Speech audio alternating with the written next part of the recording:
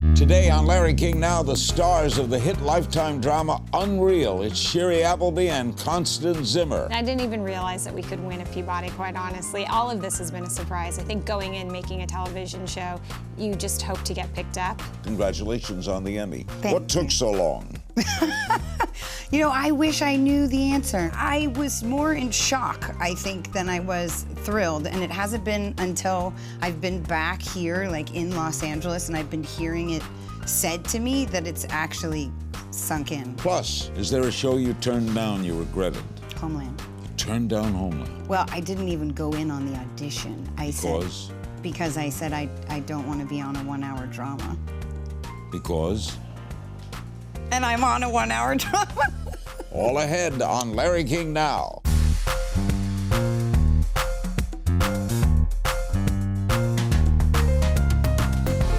Welcome to Larry King Now. Shiri Appleby is our special guest, the star of the Peabody Award-winning television drama UnREAL, in which she plays Rachel Goldberg, the producer working behind the scenes of a fictional reality show strikingly similar to The Bachelor. She joins me today just in time for the second season finale of UnREAL. Airs at 10 o'clock this August 8th, only on Lifetime. How did this come about for you? It was a normal audition process. I got sent the script and the short that the show is based on, and I went in and auditioned and won the job. Were you a Bachelor watcher? I had seen The Bachelor definitely in my 20s when I was single and sort of trying to figure out what does love look like and what does it look like to fall in love with somebody. So I was fascinated with it then, but there was a short that the show is based on that was made by Sarah Shapiro, who was a producer on The Bachelor. And so I saw the short and I could start to feel the tone and realize that they were going to attempt to try and make a show that was unlike anything I had ever seen before on television. And it was very exposing to what this world is. And what the center of the story is this character, Rachel Goldberg, who is very conflicted. She fancies herself a feminist, and yet her job is to destroy women. So she's constantly in conflict with herself. You really wanted to do this, I'm told. This television show? Yeah, you did. Why? I felt like there was a real opportunity. It was going to be a real role that was going to provide some growth for me and show people that I was capable of more than they had come to know me as. And also I felt like if you could make a show on Lifetime that was unlike the expectation of what people thought of the network, then there would be great opportunity for success. What is Lifetime's image? Well, now they're branding themselves the Fempire, but I think it's sort of a network in flux and trying to figure out what their new image is going forward, and I really feel like it's a place, or at least where I have found where there's a lot of opportunity. They've allowed me to direct this season. I'm creating a TV show for them right now, and so they're really providing a lot of opportunity to grow, and we'll see as the network evolves. Your co-star is Constance Zimmer, who plays your mentor and best friend, and also your worst enemy. Explain that. Well, she basically plays my mentor, who is forcing me to do these horrible things. Like what kind of horrible things you do?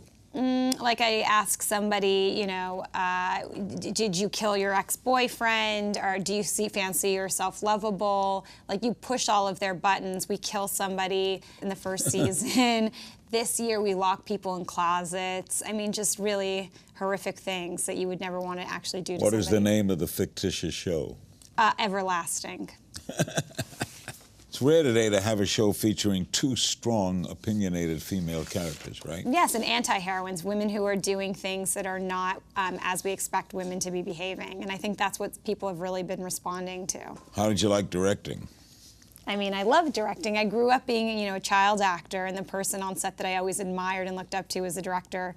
So finally, to be in that position of saying, this is how I read the script, this is how I imagine it, and being able to bring that vision to life was incredibly empowering and very creatively fulfilling.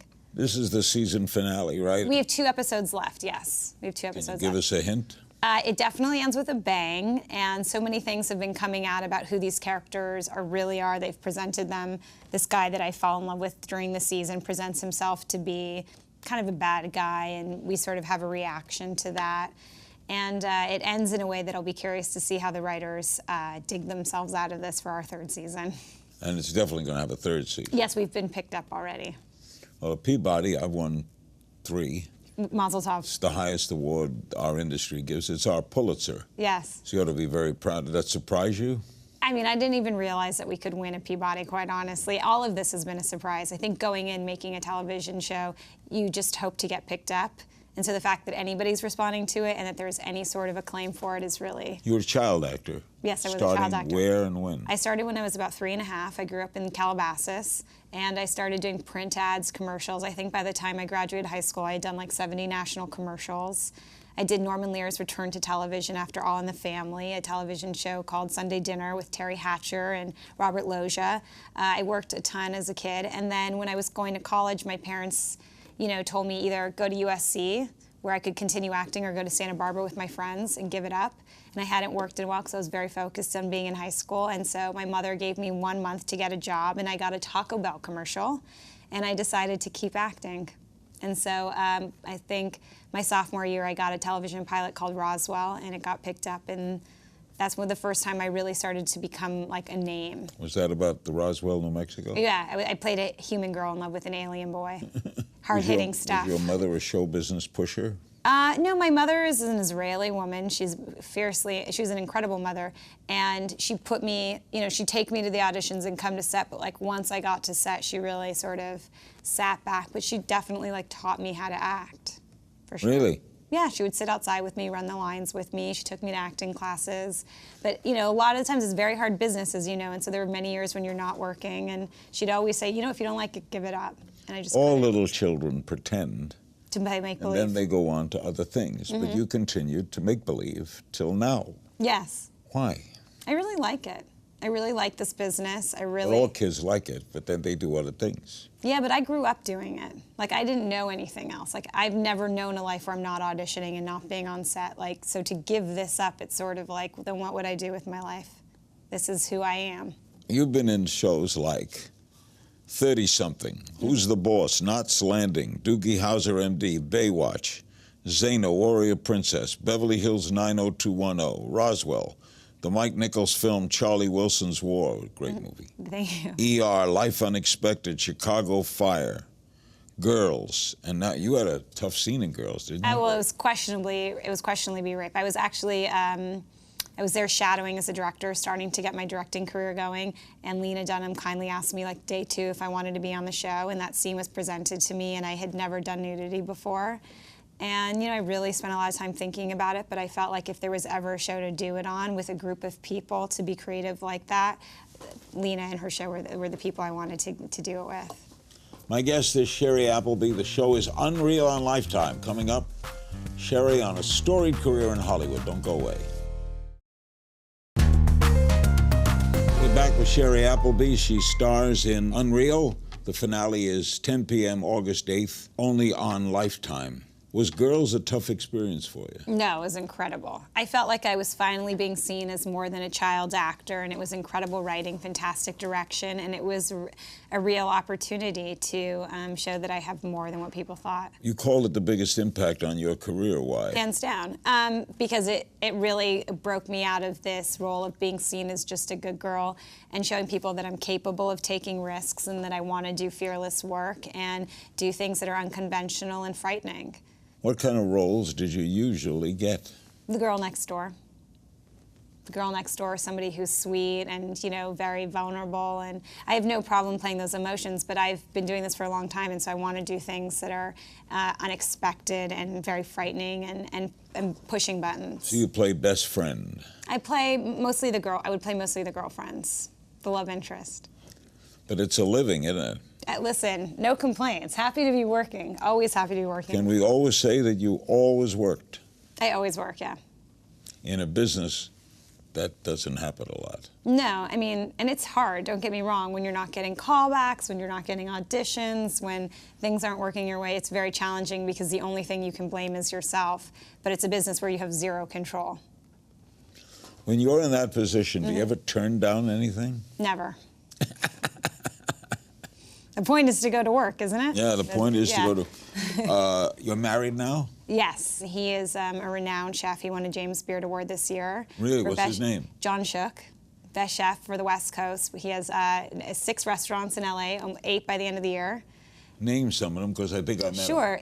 John and Vinny's, Animal, Son of a Gun, Trois Mec, Petit Trois, Trois Familia. Well, you have children? We have 2 children, a 3-year-old daughter, Natalie, and a 7-month-old son, Owen. And that keeps you working, though, huh? Listen, You don't have to work, right? Financially? We have big dreams. So right now we are a 2-income family, very, very proud of that. Have you seen gender bias reduced? It's interesting because I knew we were going to talk about this, and it's something that I've been thinking about a lot. And I feel like I've always had to work incredibly hard to get anything in this business. So I don't know if that is gender or not, or if that is just the way of succeeding in Hollywood. But it feels like it takes me a tremendous amount of effort to like push this boulder up the hill. And I mean, I'm curious if you think it's just as hard, but I feel like, you know, when you're fighting for paychecks, it's like you have to just have a number and stick to that. And again, I don't know if that's what it's like for men, but I know that's what it's like for me. But Hollywood's supposed to be progressive and advanced and liberal and you know, forward-thinking. So why it's shouldn't women get equal pay? And equal opportunity. I mean, I've already directed an episode of television. I've starred in close to 200 episodes of TV, and I'm now going to other studios asking for directing jobs, and I'm told that I still need to shadow. Something I've already done a handful of times. I don't know if that's being a woman or if that's just how challenging this business is. What does shadow mean? It means that you follow a director around. They get paid for that? No. I've done it 5 times. No, you don't get paid for it. It's just like being an apprentice. So you're training. And showing them that you're committed and that you know how their television show is produced. And that should lead to jobs, right? You would think, yeah. But you have to just continue to do it. You have a daughter. Uh-huh. She will have to face some challenges as an adult. Are you concerned about this world? I mean, yes, but I feel like there was a nice glass ceiling that was sort of cracked a bit yesterday, so hopefully that will make her life a little bit more interesting. You think Hillary's going to be elected? It's very interesting. I tried to stay out of politics because I like my acting career. Oh, you're not going to lose a job in this town. No, but do you know what I mean? I get you. Okay. We'll play a little game of If You Only Knew. Okay, great. What's a guilty pleasure? I guess John and Vinny's. Role you're most proud of? Girls. Something you wish you were better at? Cleaning up. Most embarrassing moment? Most embarrassing moment. The other day I met Natalie Portman in the parking lot at the farmer's market with my 2 kids, and she's been a role model of mine, and I went to go talk to her, and my kid was hanging out of my baby Bjorn, and the berries were falling down the hill, and I was just you didn't get to talk to her? I just literally said, I've been working since I was a kid, and you're a big role model for me. But it was really sort of. If you could trade places with someone for a day, who would it be? Hillary Clinton. Secret talent? Secret talent. I'm very good at carpool. I don't know if that's a secret That's talent. a talent? What makes you laugh every time? My kids. Yeah. What makes you angry? People being late. Me too. Yeah, I really don't like tardiness. Who are you dying to still work with? Steven Spielberg. Something we should all be paying more attention to. Our children. If you weren't an actor, what would you be? A lawyer. Best piece of advice you ever got? Be nice to people. Something you long believed to be true but realized wasn't. That playing fair gets you ahead. Oh, true. Tell me something people don't know about you. I'm afraid of dogs. I got bit as a kid over my eye, so I'm still sort of nervous around dogs. And that I'm funny, I think, because I have a skill of crying on set and being very dramatic on television, that I actually have a pretty good sense of humor and I'm pretty lighthearted. Great pleasure. It was a meeting pleasure. you, Shiri. Thank you so much. Shiri Appleby, thanks to my guests for joining us today. Be sure to check out the season finale of UnREAL, August 8th, only on Lifetime. And coming up next, Shiri's co-star Constance Zimmer. Don't go away. Welcome to Larry King Now. Our special guest is Constance Zimmer. You've seen her in House of Cards, Entourage, Boston Legal, and The Newsroom, probably best known for her role as Quinn King on the critically acclaimed Lifetime drama UnREAL, for which she just earned an Emmy nomination for Best Supporting Actress. She joins us just in time, by the way, for the season finale of UnREAL, which airs Monday, August 8th at 10 p.m. Eastern. Congratulations on the Emmy. What took so long? You know, I wish I knew the answer, but I think I've been around for a while, which I'm grateful for. But you know, I have never been a lead on a show. I've been recurring on so many shows where I pop in for 8 episodes here or 5 episodes here, and So it would have to be supporting. Yes. Well, because we're supporting each other on the show. And How did you find out that you were nominated? you know, I was in France, of all places, and I found out on Twitter because nobody could get in touch with me. I had no Wi-Fi. My cell signal wasn't working. What were you doing in France? I was on vacation. Oh. With my family. Were you thrilled? I was, but you know, I was more in shock, I think, than I was thrilled. And it hasn't been until I've been back here, like in Los Angeles, and I've been hearing it said to me that it's actually sunk in. It's still bizarre. Is it true, Constance, you turned this role down? I did. Why? You know, at the time, my daughter was 5, and they were going to shoot the show in Atlanta, and I didn't want to have to move to Atlanta and leave my daughter. It was for Lifetime, who also at the time, I did kind of what everybody else does, and I had judged it by what it had already shown on its network, and it wasn't really where I thought I fit in. I thought I was a little bit edgier and dirtier than what they normally do, and so they shot the original. I didn't even read the script, so I have to say I kind of did one of those blindsided. So why did you do it? Because then I did read the script, and then I saw Sarah Gertrude Shapiro's short film that was called Sequin Raised, and it was amazing, and I said to everybody at Lifetime, I mean, if this is what you're going to make into a television show, that's what I want to be a part of. Because How would you describe your character? She is complicated and ethically questionable. Do you like her? You know, I do like her. I have to like her. Yeah, of course. Because otherwise she would be very one note. And I think what's been the most fun about portraying her is that she's like 6-dimensional. And I've been never given that opportunity before. I've never seen kind of, the women on our show, I've never seen women written this way. They are flawed and dangerous, but yet they're so full of heart. And it's been so fun to be able to get to show all of that, sometimes in one episode even.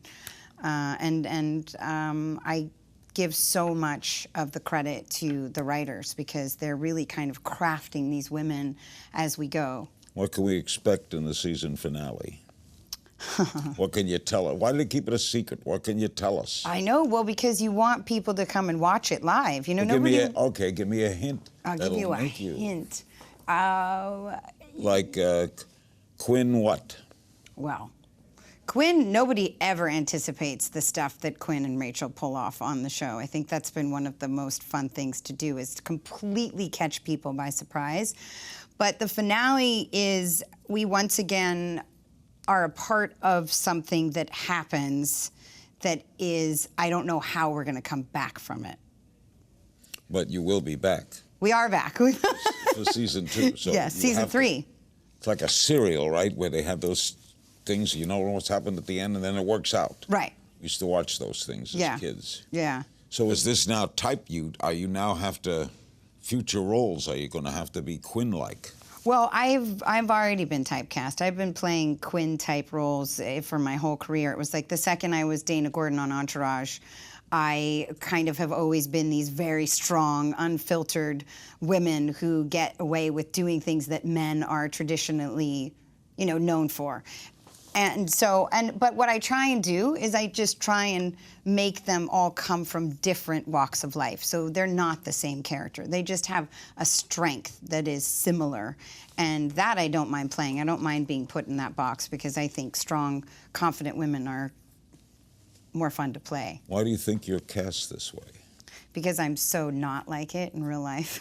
Really? Oh, yeah. I'm horribly insecure. I'm super goofy and wacky and not... I stumble over my words, and so it's great because I can dive into these characters and just completely pretend. Did you always want to be an actress? Yes, you know, my mom claims that from the moment I could talk, I said I wanted to be an actress because I was always performing, but I don't think mentally I figured it out until I was like a senior in high school.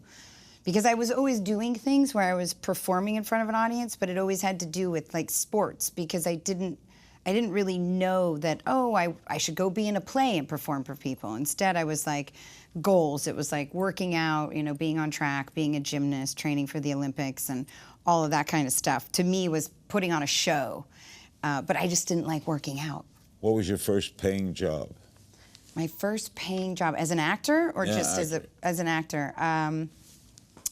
I remember I did a drug PSA where they paid me, though, because it was Nancy Reagan had this new drug testing device, which was like, you look into this light and it's supposed to tell you if your kids are on drugs or not.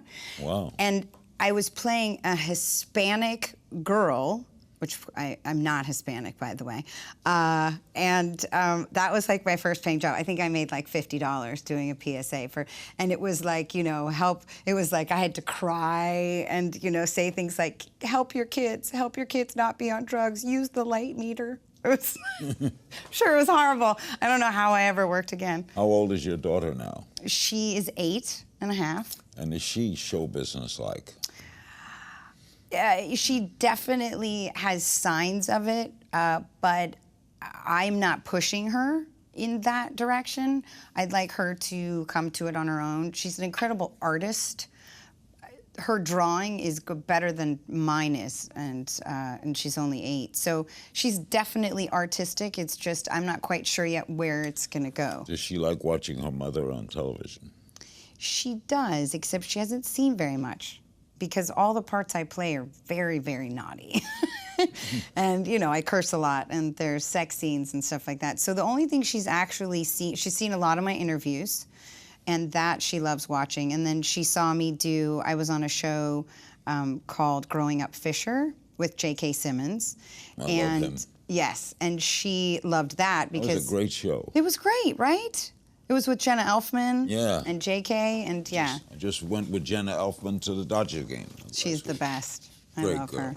Mm-hmm. Coming up, Constance on finding success in Hollywood, and we'll play a game of If You Only Knew. That's next. Don't go away. Our guest is Constance Zimmer, one of the stars of UnREAL. The finale of this season airs Monday, August 8th at 10 Eastern. The show has also received a Peabody Award. Lifetime calls it a game changer for the network. How so?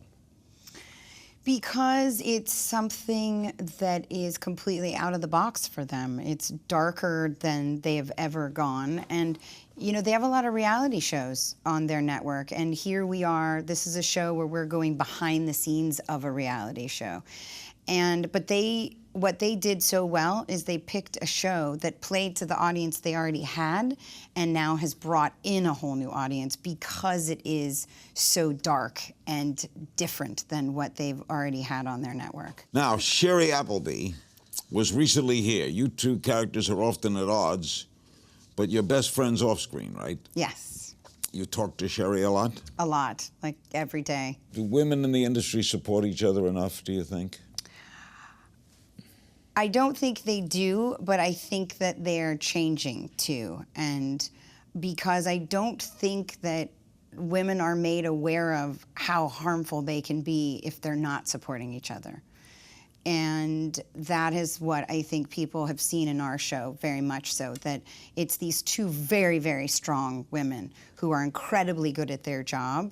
And when they are at odds, their whole world is at odds, and I mean in their personal life and in their business life. Have you experienced gender bias in your own life?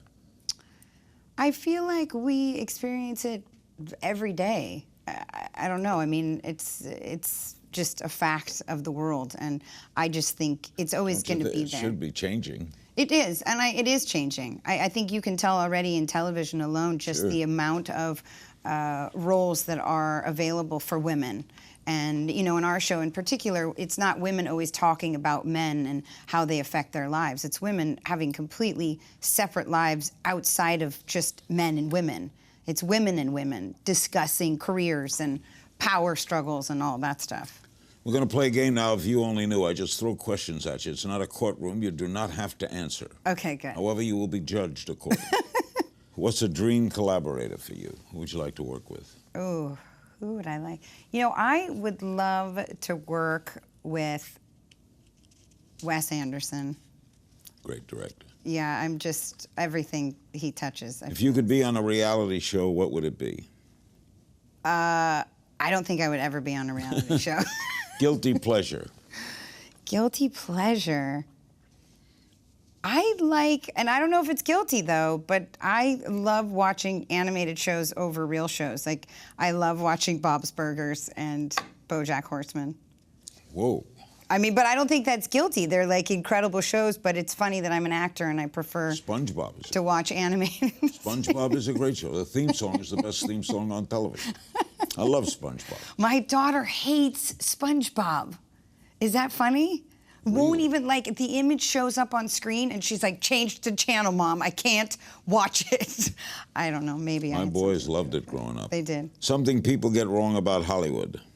That we are who we portray on television or... What do we get right about Hollywood? How it's really hard to trust someone. It's not the most truthful. Okay, role you're most proud of. It's a toss-up, man. You know what? I'll just stay current, and I'll say Quinn. Oh, that's good. I'll say Quinn. Name a movie or TV show you wish you'd been in. There's so many. I wish... Wow. Is there a show you turned down you regretted? Homeland. You turned down Homeland. Well, I didn't even go in on the audition. Because I said I don't want to be on a 1-hour drama. Because? And I'm on a 1-hour drama. You're a little weird. Okay. What are you embarrassed to say makes you cry? What am I embarrassed to say that would make me cry? Or not embarrassed. What makes you cry? Oh, I cry every time someone tells me that I was nominated for an Emmy. What never ceases to make you laugh? Apparently myself. If you could trade places with someone for a day, who would it be? You, Larry. Wise choice. Good way to get invited back. Secret talent. Secret talent. Well, I was a gymnast. Maybe that's a secret How good were talent. you? I was training for the Olympics when I was a little girl. You did all the things, the Everything, bars? all of it. Uneven, parallel. I mean. So you will watch the Olympics with interest? Oh, yes, absolutely. So what do you think something we should all be paying more attention to? The Earth and climate change. Yeah, actually, some people still don't believe it. I know. That's why. All right, give me something people don't know about you. People don't know maybe that I'm German. I know. I'm Jewish. Uh-oh. Oh, no. Oh, yes. Now what? Now what do we do? I don't know what to do. You have relatives currently? Thanks. You're a great guest. Thank you so much. Thanks to my guests, Constance Zimmer and earlier Shiri Appleby. Catch them both on the season finale of UnREAL. That's Monday, August 8th at 10 o'clock Eastern. You can find me on Twitter at King's Things, and I'll see you next time.